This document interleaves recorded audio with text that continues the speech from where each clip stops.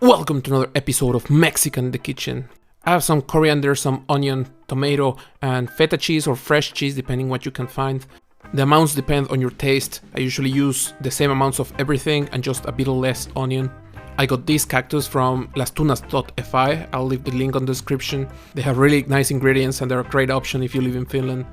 I really like this brand because you only get the cactus and it doesn't have any extra ingredients in there. The size of the bag is quite good, so this will be good enough for maybe 4 to 6 people when you make the salad, because you get all the other ingredients and it makes way more. As I said, they are pickled, and that's not a flavor I really like or enjoy that much, because you can always tell when something has been canned or preserved and the flavor changes a bit, so you don't really get what you're expecting. But I found a really good way to get rid of a lot of that flavor and make them taste more like the authentic, typical ones you have back in Mexico. You just put them on a strainer. I usually put them straight into the sink and I will just open the tap. I'm saving some of that water they come with because I'm saving some of them for later, but you don't really have to save that for anything. I usually just throw it away. Keep them under the water, just keep rinsing them, move them around a bit. The longer you take with this, the better results you will get. It also gets rid of some of this slime that all cactus have. Once you're ready, it's better if you leave them there for a few minutes just to make sure most of the water will drop, and then they don't have to be completely dry, but it's better if you don't have a lot of that water coming to your salad. As you can see, they come in stripes and you can use them like this. A lot of people use them like this in Mexico, but I prefer to chop them into tinier cubes because that will make your salad look way nicer, way more even, and it makes it easier for you to eat. But that's a personal preference. If you like it like this, you can just use them as they are.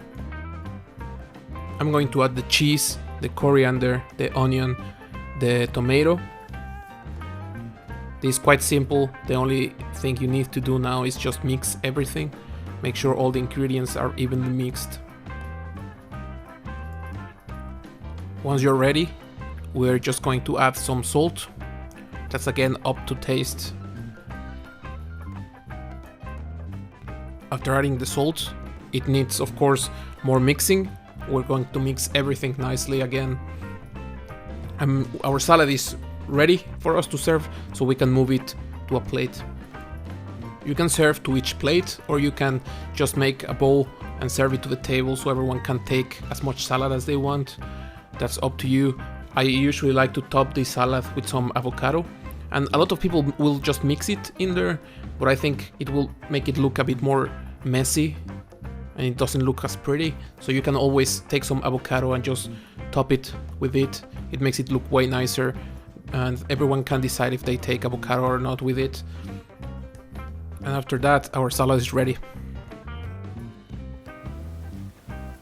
This is the salad. I love how it looks. It's so nice. The colors are great.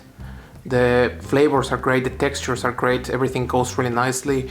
You will notice the flavor, a bit of the acidity of the cactus, a bit of the crunchiness of the onion.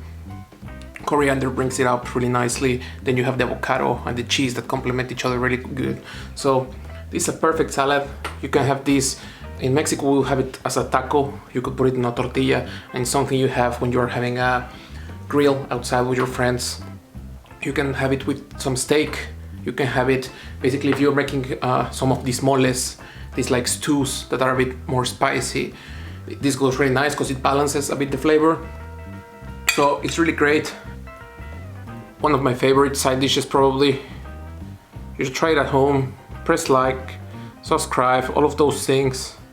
And I'll see you in the next one.